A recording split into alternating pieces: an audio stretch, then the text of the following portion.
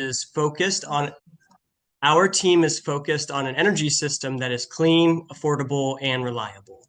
We worked closely with the representatives who are joining us today for this virtual fireside chat. You'll hear from the Ohio Environmental Council CEO, Carol Kauffman, and our panel of state representatives who have helped shape House Bill 15, landmark energy legislation that repealed Ohio's coal plant bailouts, reformed our regulatory system, and brought forth stronger reliability standards for Ohio's utility, among many other things. Today, we'll discuss how collaboration, dialogue, and determination drive Ohio's environmental and public health progress forward. To get started, I'd like to introduce Carol Kauffman, the CEO of the Ohio Environmental Council. Carol provides the strategic vision, leading coalition-driven efforts to advance healthy air, land, water, and democracy. With 20 plus years of nonprofit and corporate sustainability leadership, she brings global development expertise and deep stakeholder engagement to drive environmental progress across Ohio. Carol, thank you for joining us and moderating our discussion today. Thanks, Nolan, and hi, everyone. So pleased to be with you to celebrate all of the accomplishments together of the past year and also have what is, I promise you, will be an engaging and encouraging conversation with several of the representatives you see on the call today. As Nolan said, my name is Carol Kauffman. I am honored and humbled to serve as OEC's CEO and thrilled that so many of our members, partners, and supporters are joining us today for our annual meeting. And the theme for this annual meeting is Common Ground, Bridging Progress to Advance Ohio's Shared Future. And that is intentional because whether it's cool or not, whether it's popular or not, I deeply believe that the way we make durable progress toward our shared goals and values is together and by establishing common ground.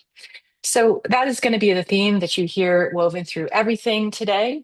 And I hope that it encourages you. So as I've been reflecting on this past year, there is one accomplishment that really stands out and is the main focus of our conversation, and that was the passage of Ohio House Bill 15 in the state legislature in the spring of this year.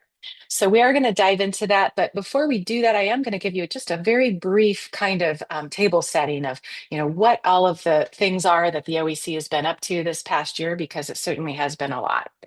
So starting with HB 15, that was a piece of bipartisan legislation, and it really is Ohio's most comprehensive energy bill of the past decade. And it addressed some of our most significant energy issues and challenges that are impacting Ohioans today in our pocketbooks, but also in the environment, around us, and our ability to build the clean energy future that we need. That bill repealed the last remaining coal plant bailouts that had been costing Ohio ratepayers somewhere around $90 million annually on their bills. That piece of legislation also really did some smart things to help us improve the wires and the grid that brings power to our homes and our communities, making sure that we can modernize those and get the most out of those pieces of infrastructure possible. The bill also increased accountability and transparency for our state's investor-owned utilities, and it created some really cool opportunities for clean energy development on places like schools and brownfields. So a lot of good things in that bill that we're going to dive into later.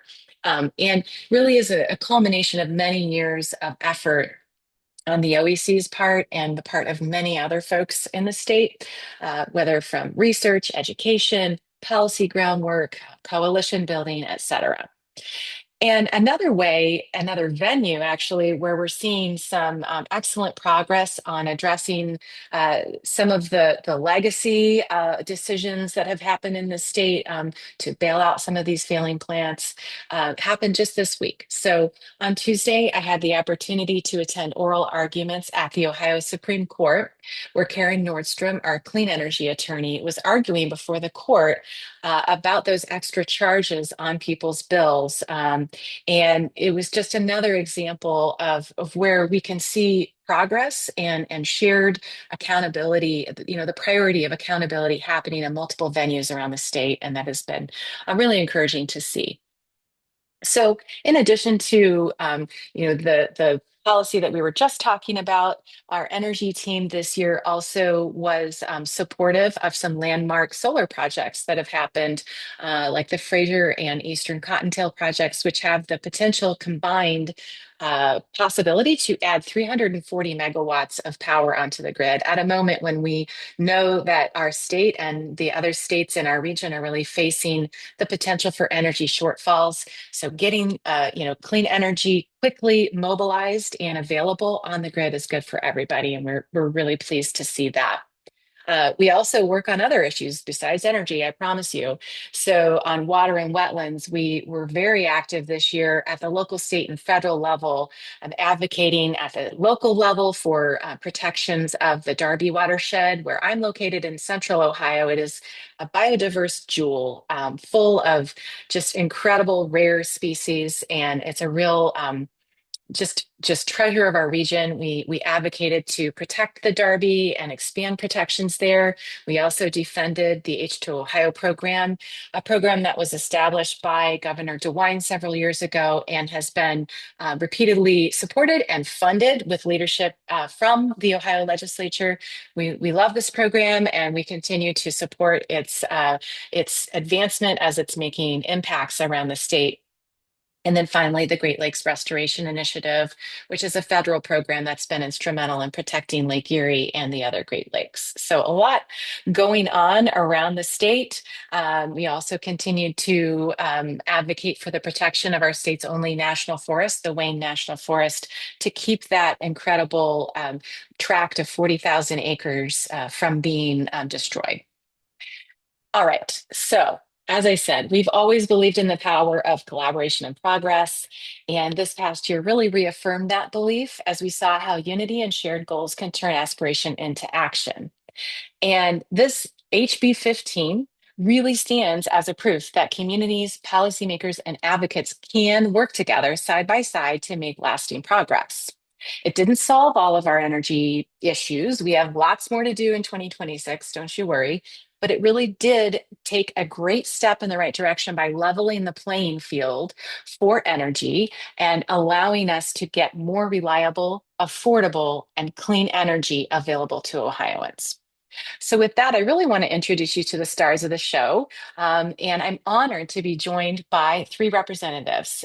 We have Representative Tristan Rader, who is a ranking member on the Ohio House Energy Committee and represents Ohio House District 13 in Lakewood. Thank you for joining us, Representative Rader. We have Representative Adam Holmes, who is the chair of the Ohio House Energy Committee and represents House District 97 in Eastern Ohio. And then finally, we have Representative Roy Klopfenstein, who is the chair of the Ohio House Agriculture Committee and was the primary sponsor of House Bill 15, and he represents House District 82. So thank you all for joining us today and for working together on this bill and that shared commitment to finding common ground. So let's start. We're going to dive in, and I'm going to ask a question and would love to give each of you a little bit of time to share your thoughts in response. So, first of all, I laid the table of what was in HB 15, but what does it really mean from your perspective for Ohio's environment and for the people that you represent? And whoever would like to start, maybe Representative Klopfenstein, you can start with your thoughts on that.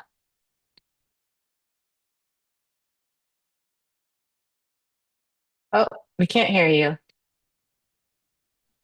There we go. I didn't know whether that was on my end or your end, but it is a privilege to join you all today. And I think I first want to start out by saying Chairman Holmes sort of set the stage for an open dialogue during this whole bill process, and that was supported from both sides of the aisle. We had great open discussion, great behind the scenes discussion. So there was really no Republican electrons nor Democrat electrons. We combined them all. So, but we do have one simple goal in mind, The first being transparency, but after that, affordable, reliable energies, the key to this bill. And as we look at Ohio's market, where it has a deregulated generation portion in Ohio, we thought that, and we had confirmation of that, that what was coming was going to require a unique and sort of a broad base look at how to get enough generation produced in Ohio. And in my opinion, and certainly the other reps can have their uh, uh, points on it too.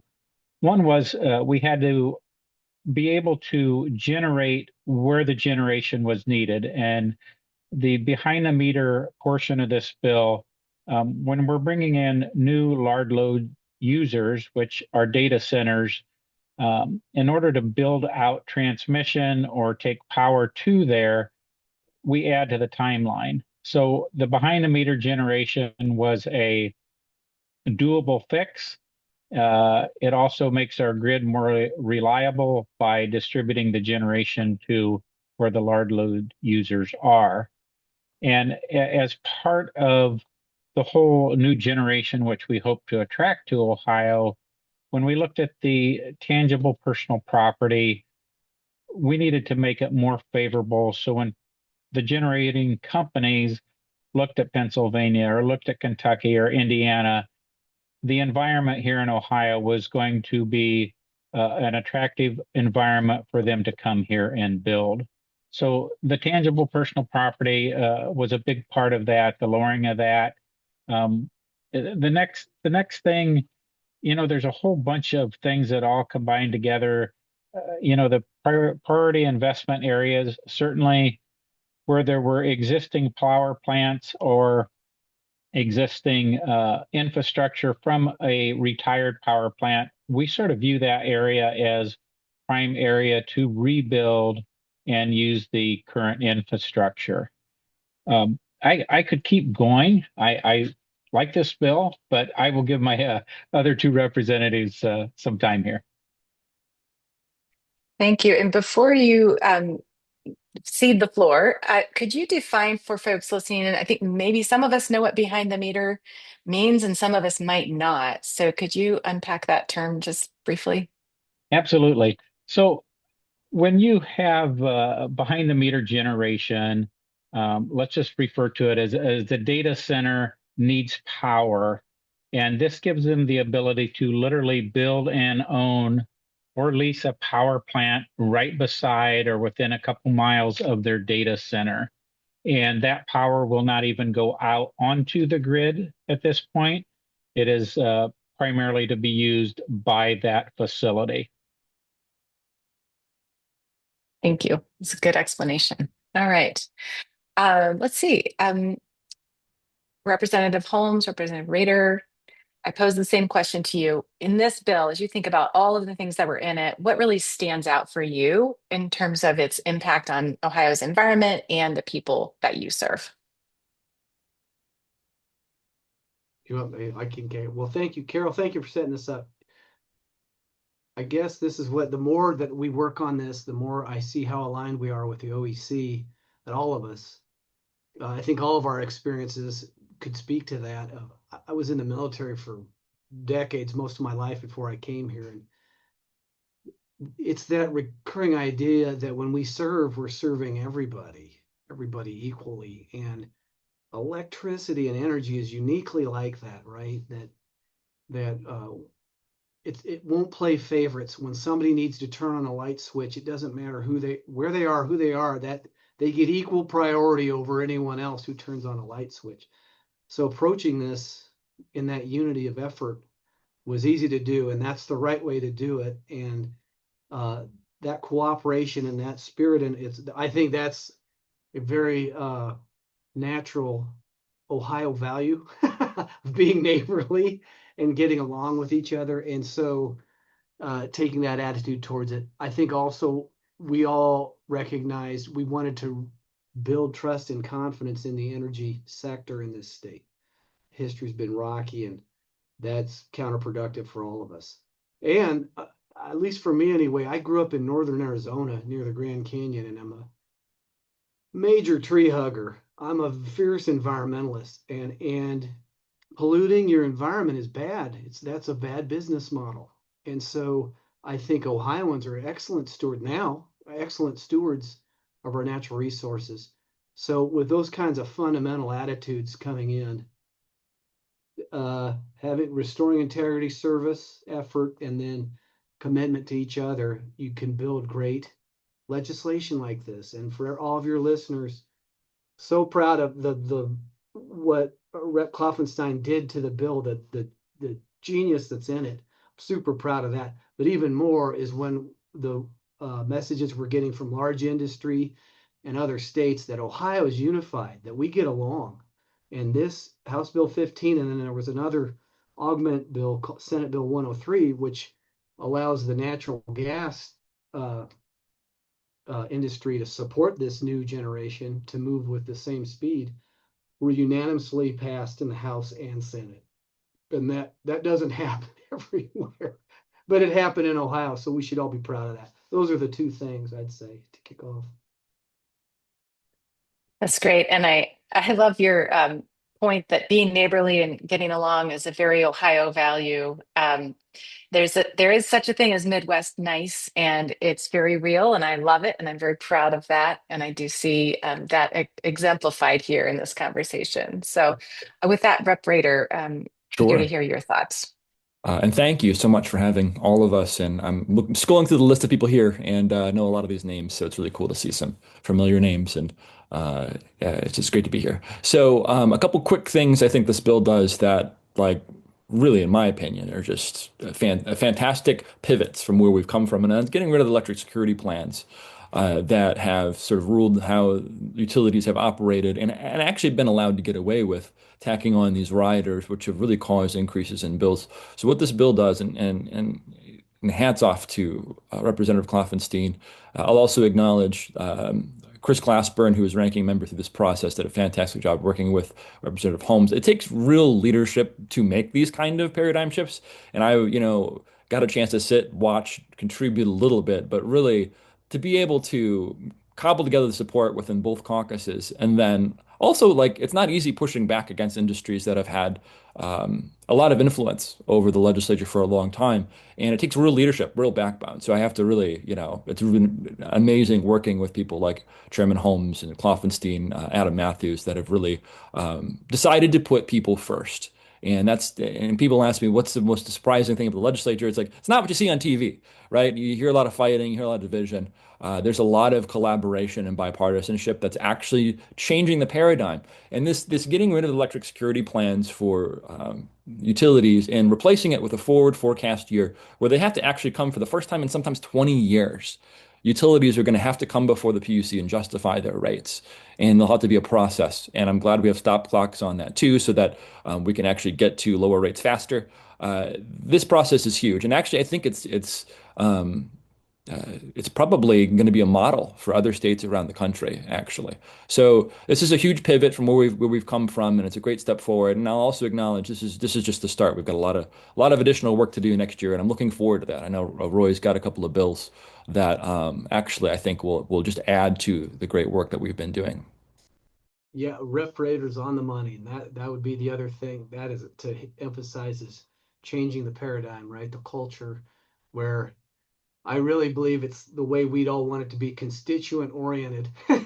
What we're trying to do instead of businesses or someone else, trying best to serve those that we represent in our districts. And how much in common, when you think of it in those terms, we all have a lot in common there. Incredible. Yes. Thank you so much for all of those great points. It's hard to even capture how much went into this piece of legislation and also your reflections on how it came to pass. I find so fascinating and take your point that it's really important to look away from maybe the headlines or the noise and see what's actually getting done And a lot of that happens outside of the glare of the spotlight and is really what matters for your constituents and for all of Ohio. And I'm really excited to hear about that. You know, in addition to some of the things, the aspects of HB 15 that you all shared, I don't think I heard anybody mention, but there's more requirements for reliability reporting and something called utility heat mapping. So we can start to better understand, you know, where are those weak points that need more investment, and how do we, as you said, Representative Holmes, make sure that that electricity is flowing to everybody. Everybody needs to be able to heat their home and have access to these electrons. They don't have a party affiliation. And so making sure that the information is more accessible to the public and to regulators, and that we can then take action is a really critical step forward that was part of this piece of legislation. All right, so we've talked about, you know, what lessons you drew from the process of passing that piece of legislation. You started to kind of tease out for us what might come in the future. So let's talk a little bit more about that. You know, we've seen this landmark piece of policy. What lessons are you taking and looking toward the future in the next couple, especially the next year, but maybe even beyond for Ohio? And whoever would like to start, just come off mute and share what you're thinking. Maybe I can start, and these gents can augment, because we do still have bills in the hopper that we're working on right now. And I've spent so much time on this. It's a energy is the new coin of the realm globally, right? And we're in some competitive environments across the world, but energy is what's going to be the driver for a lot of new industry. We say data center, and that's kind of the template. But for Ohio, it also means supercomputing. It can mean cryptocurrency. Uh, for sure, it can mean semiconductor chip manufacturing and other heavy manufacturing. And if we want to reshore and bring jobs back of all types, everything we're doing societally now is more reliant on electricity more and more all the time. So we have to meet that demand. So we have to look at other ways to meet demand. And there's a lot of things we can do. One is really look at new forms. Nuclear power is something that we're looking at. If that's going to be a model that we can use here in Ohio. Community solar and community energy. And I think we've said that genuinely and very honest about that. When we say all of the above, now is not the time to castigate any type of energy, because we need electrons, as many as we can get. So let's be pragmatic and open and transparent about which ones are the most effective to meet our needs, and make sure they can be successful in this state. And then I know that Rep. Klopfenstein's working on demand response. For those that may not be familiar with that, it's where individual ratepayers can make an agreement with their utilities to reduce their energy consumption during certain periods to lower their rates, to help the utility minimize the impact of overloads. So again, this cooperative, totally transparent, open way of finding ways to meet the new economy that we're all going to be part of here starting tomorrow. Starting And I guess today. Go ahead, Chairman Rep. Holmes had a real good setup there. We are working on a demand response bill and hope to have it in front of the committee as soon as we come back. And demand response, yeah, where I live, I am on a rural co-op, and 40% of Ohio's geographical area is covered by rural co-ops. 24 of them, in fact, are based here in Ohio. All 24 of them use a demand response program of various types and multiple things to shave peak load and to keep the lights on. And it's not a new product. Demand response has been around 40 years at least. And even in AES's current rate plan, they have in a demand response part of that rate plan request. And this demand response bill will add additional scrutiny, additional oversight, that it has to benefit the customers. It can't just benefit the EDUs. It is a necessary tool until we have a very robust generation that we're exporting it out of Ohio. Demand response is a necessary tool to not only keep the lights on and the air conditioning on for customers, the small folks, the everyday folks, but also, we're currently shutting industry down at different times to keep the lights on at homes. So when the media wants to say, well, there's coming blackouts, my pushback to that is we already have blackouts and brownouts. We're just managing them in a way which keeps most people from realizing it's going on. And demand response not only saves transmission cost and distribution cost, it leads to a more efficient use of the power that we have. So there literally is no downside to demand response other than perception. There is a perception out there that the government or EDUs want to control our homes. The last thing a EDU wants to do is cut or trim your power, but that's part of the process to keep the whole grid resilient. And it's a matter of, and I tell this real life example. I've had a demand response on my hot water heater probably for over 40 years. And I literally called the utility when we were working on this bill late this fall and said, hey, could you tell me, did you shut my hot water heater off this past summer season? And they said, oh, yes, multiple times. So it was something I didn't even know was happening, but yet it keeps the power on for everybody.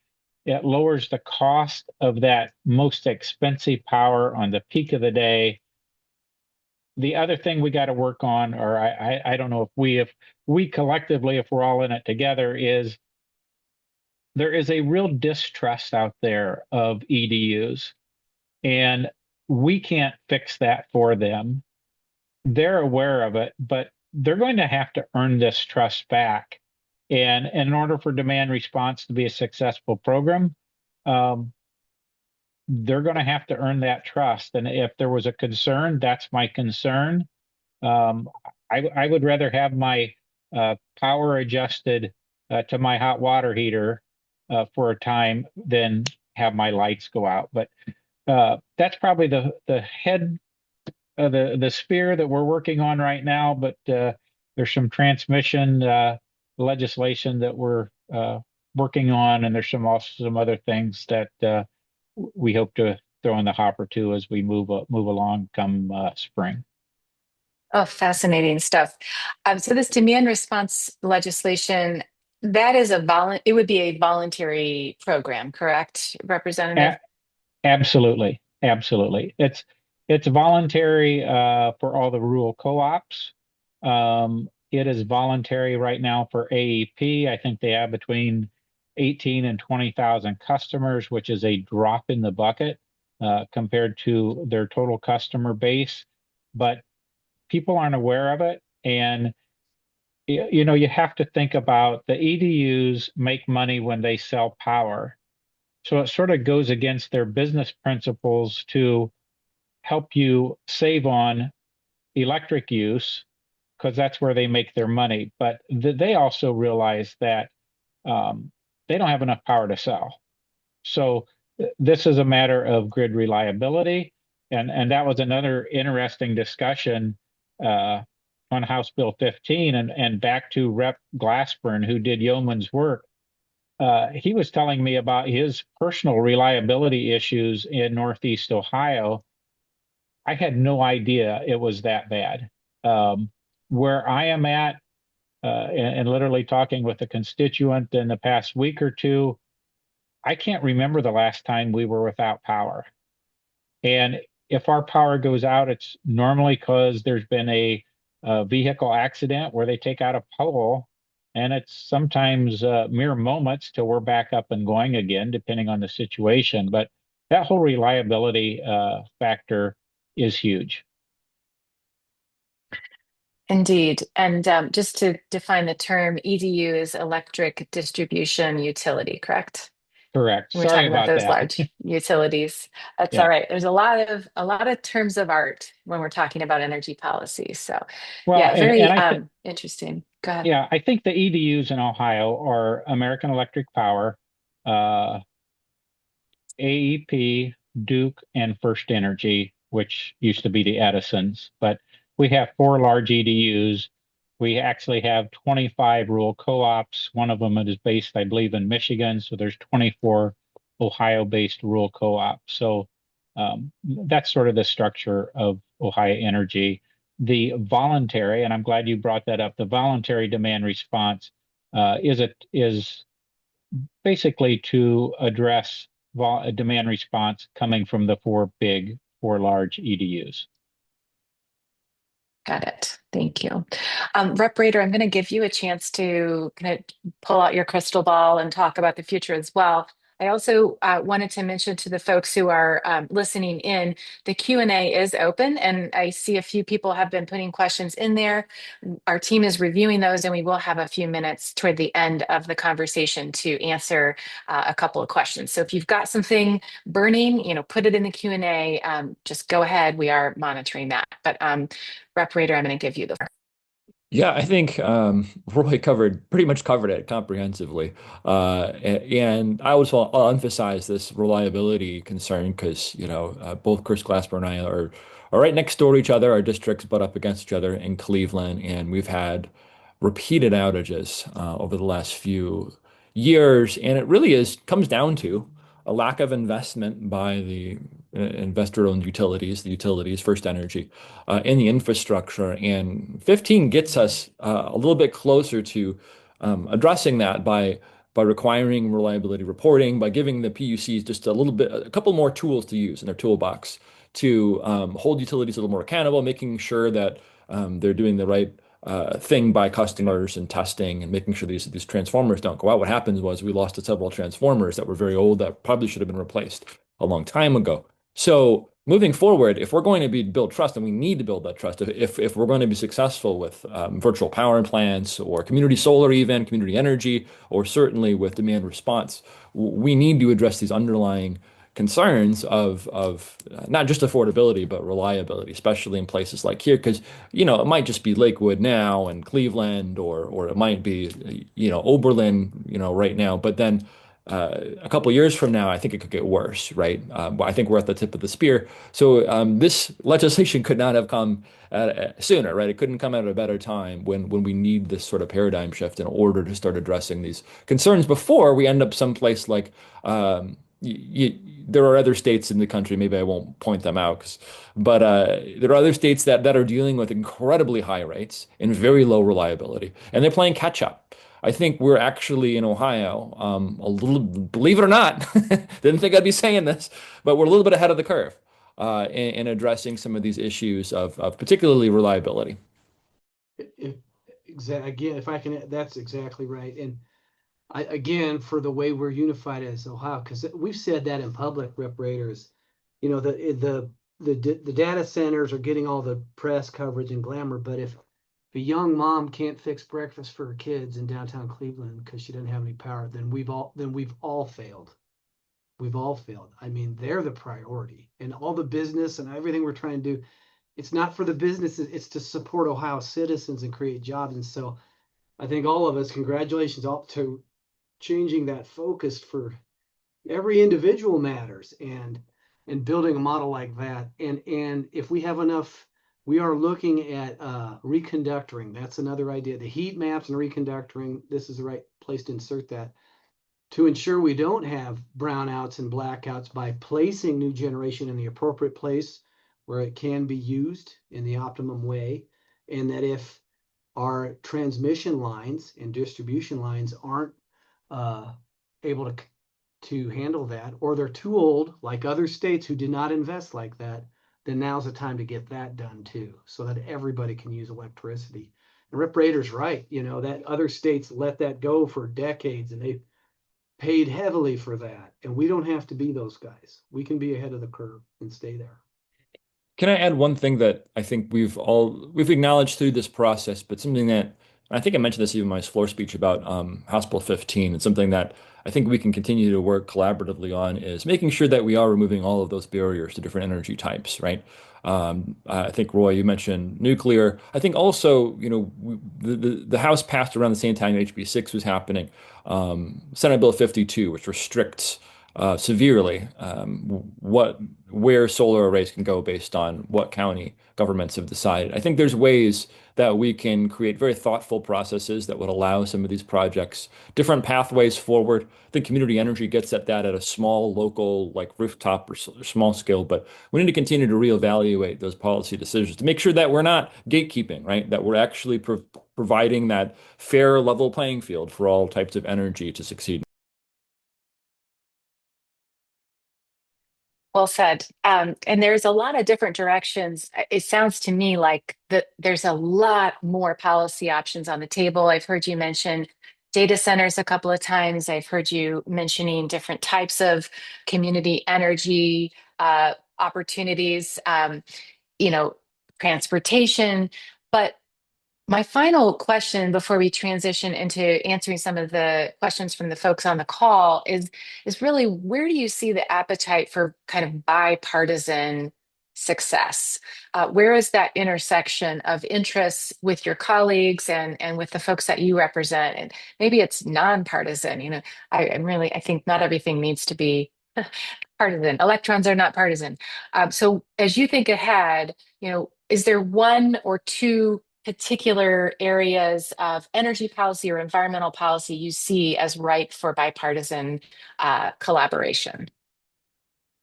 That's a good question. And Carol, that's certainly as a chair, I think in those terms, because we are one Ohio, the unity of that. And um, what I've said so many times and why certainly I personally got involved in this, it's such a great economic driver for Ohio, and that's any Ohioan. And third and second, unfortunately, it is a national security imperative that we've got to have top of the line energy supply for all the things that we need as part of our national security. And along with grid resilience is just integral. So those are things that all of us have interest in, both of those. And I keep thinking in those terms, and that keeps it. And what's helped me too is that it's been on the committee, gents. It is really important to hear perspectives from every region of Ohio because it's so different. Downtown Columbus is so different than Marietta or Noble County or out in Paulding in the farmland out there. And there's different needs and different applications of energy that make more sense in different areas. I think that's one reason why Ohio has been the bell cow for so much political thought through the years. Everyone wants to know what Ohio does because we represent so many different types of lifestyles in this state. So I think about that. I think about that. I think the economic arguments really, right now we're dealing with an affordability crisis around the country on so many different levels. And I think being able to get together and say, we have to address this, right? In terms of electric power is powerful and it's uniting. And then I think that's what Chair Holmes said was exactly right. Thinking about that mother in Cleveland, right? That is trying to make ends meet and they're highly energy burdened. Maybe they're paying 20% of their income on their energy bills, right? And that's a fact, that's a multifactorial thing. Maybe their house hasn't been insulated and it's 150 years old. Maybe it's the fact that the utility has a lot of riders that have gone out of control and something that we got to reel in, or hasn't made the right investments where they need to, and they're stuck with unreliable power. So that affordability, I think, is really driving and seeing the cliff, right? We're looking at this huge demand come in. We've talked about that. And I think it doesn't matter what team you play on, it's coming. And we need to sort of have a united front in order to deal with it. And I'm just really thankful that we have a committee that has set the politics aside and has really just focused on people and what they need. Not to take a line from a movie, but build it and they will come. Um, I believe Ohio has an opportunity here to rebuild, reshape the energy policy and the energy generation here in Ohio that will set Ohio up for the next generation of residents. And I think we can look backward, and what do we learn from looking backward? And the pundits or the experts totally misread cryptocurrency, data centers, AI, and I'm not faulting them, but they just did not make the correct call there. And my real job, I'm a farmer, and we are forced to think long term. And for some reason, um, and it's this isn't partisan, we all do not think long term enough. And we have to think not only what is good for Ohio today, but what is good for Ohio and sustainable, looking down the road 10 years, 25 years. Because if we don't think in those terms, we're just going to get this immediate crisis dealt with in time to take on the next crisis. So we need to think long term, and we need to think that if we do this right, Ohio will be the beacon in the Midwest, maybe the country. We hear about two states quite often, or three states quite often, of being very successful in their taxing structure and their energy and a whole bunch of policies, and they're gaining population. We want to be that state that gets talked about in a good way, and not that we have to be the most populous state in the country. That's not the goal, but I think the three of us would share. We're not wanting Ohio to be the second best place in the country to live, to run a business, to raise a family. We have one particular goal, and that's to make it the best. And I think that sort of is the driving force here. Yeah, that's a good place for me to jump. And you saw my quote there, like Steve Jobs, right? If you want to go fast, go alone. If you want to go far, go together. This summer, due to their work, Rep. Rader and Klopfenstein were invited by the United Kingdom to go over there because they saw what House Bill 15 was. And so they went over together as one Ohio. And I'm super proud. That's how we represent in the United Kingdom. See what we all did here together. And that's a huge statement about the gentleman too. Excellent examples of how leadership is done. So I love to hear that. And Representative Klopfenstein, I was really appreciating that you mentioned your real job. I think you have more than one real job as a farmer, because so many Ohioans, either we grew up on farms or in farming communities, and that is such a deep part of our Ohio's economic base and our culture. And it is so true that farmers are always, they're looking at the weather today, but they're also planning so far into the future and really can be partners. What we have found at the OEC is farmers can be some of our best partners in conservation work. And the H2 Ohio program, I know we're mainly talking about energy today, but I do have to point out that the H2 Ohio program, largely through the participation of farmers, as well as wetland work that is vitally important, is really seeing significant water quality improvements. And farmers understand, if we can save money and inputs on the land, if we can update the farming practices that we've done to make them even more effective, we know that we need good soil and good water in order to farm the land. And so that's an example, I think, a really concrete example of how farmers in Ohio have been stewarding our natural resources and making improvements that we greatly appreciate. So wanted to add that shout out to farmers. And I want to also then transition us. I'm about to get the hook and pull me off the stage. To give folks from our audience a chance to have a couple of their questions answered. We won't get to all of them, but I'll commit that my team will review and follow up with folks as best we can who don't get their questions answered. So data centers, data centers, data centers. I don't know about all of you, but I think I talk about data centers more than once a day.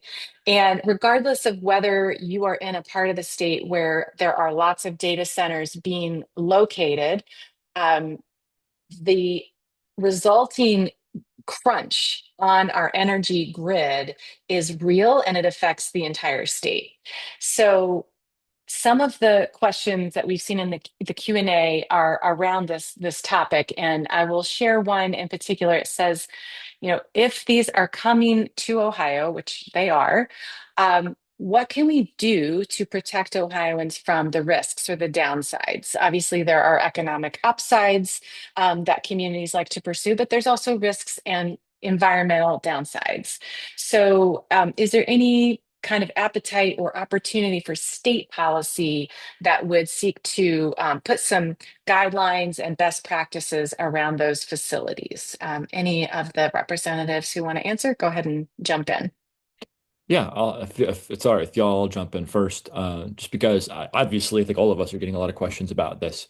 And there was I think a very positive decision that the PUC made, Chair French and the Public Utility Commission of Ohio, in allowing AEP to create a separate tariff for data centers that really puts the onus on the data centers to make their interconnection. It really slants things towards, or it shifts the burden of interconnection towards data centers, because utilities have an obligation to connect anyone in their territory to the grid, essentially.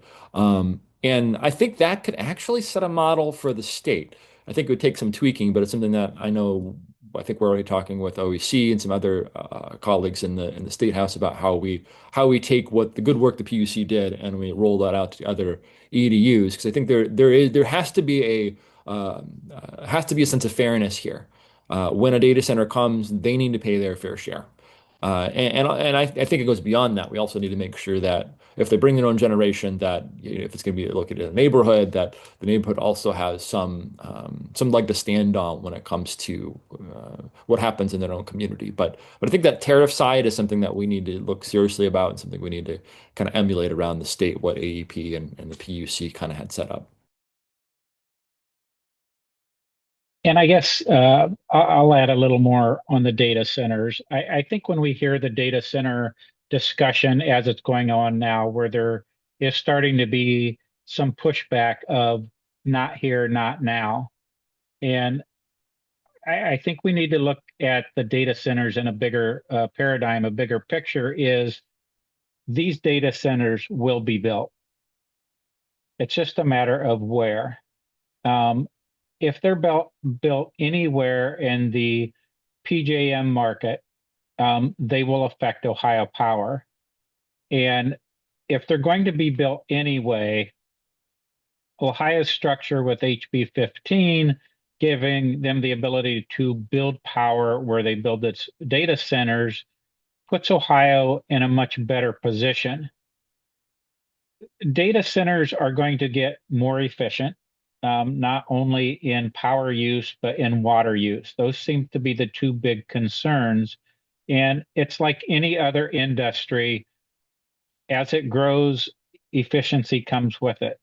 And I would almost argue the replacement for data centers is probably being worked on in somebody's garage somewhere.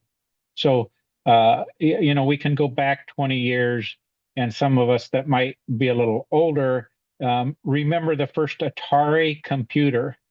And if that relic was a real powerhouse when it come out, and probably too young, Rep Rader, to know what an Atari computer is, but we have moved light years ahead, and it's going to continue to evolve.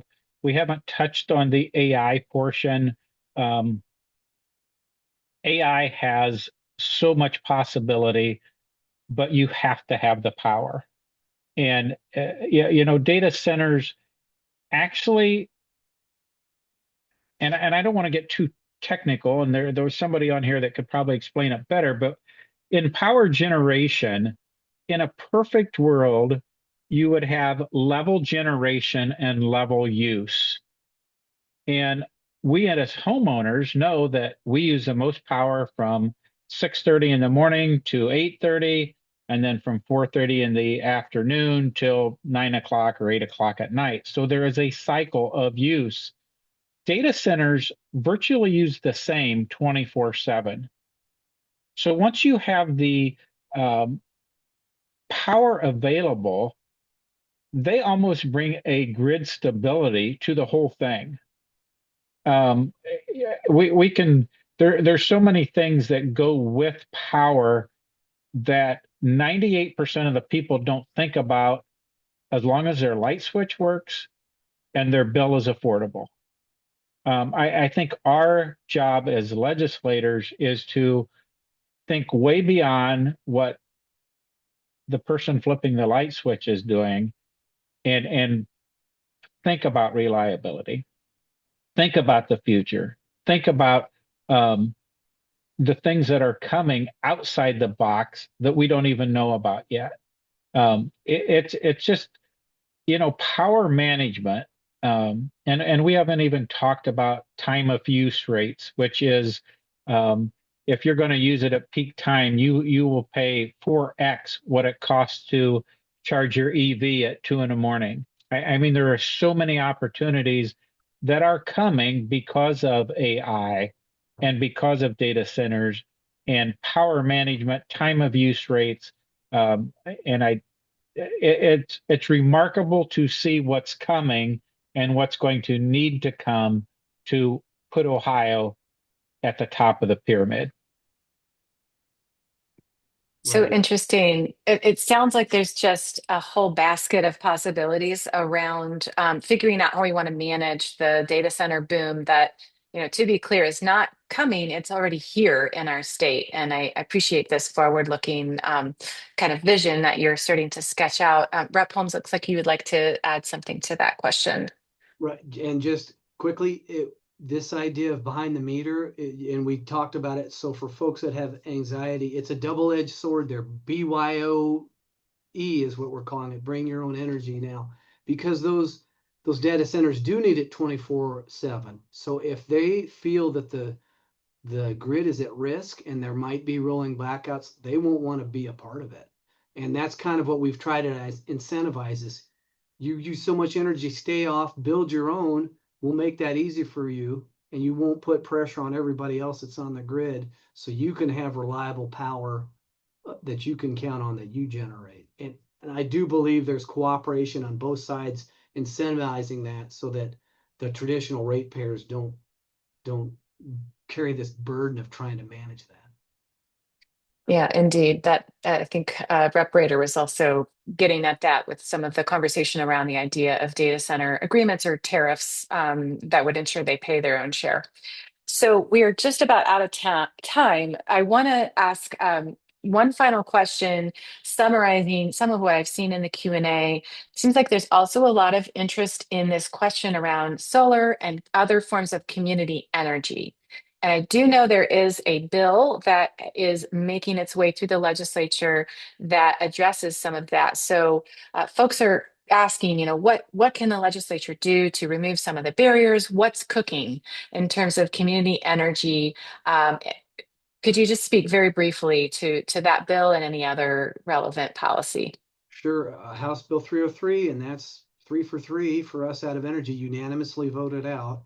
It's a pilot program, an experiment to see if communities can work with contractors, developers to put solar panels out on property they own and manage, sell that energy back to the utilities, and have the utilities use that during specific times. We're all the above, right? And we said yes, we'll manage it. We just wanted to make sure that people that didn't participate in that program weren't paying costs, that weren't having costs shifted to them just because they weren't involved. But we think we got it right, so we believe in it. And I think there's other solar programs coming down the tracks that will resemble that.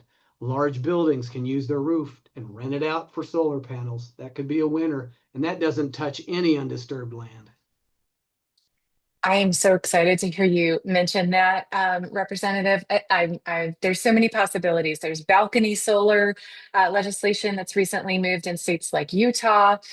This idea of, a business that might have a flat rooftop that's going unutilized, being able to have solar on that rooftop and generating behind the meter or selling back to the grid. All of that kind of innovation is very exciting to hear about.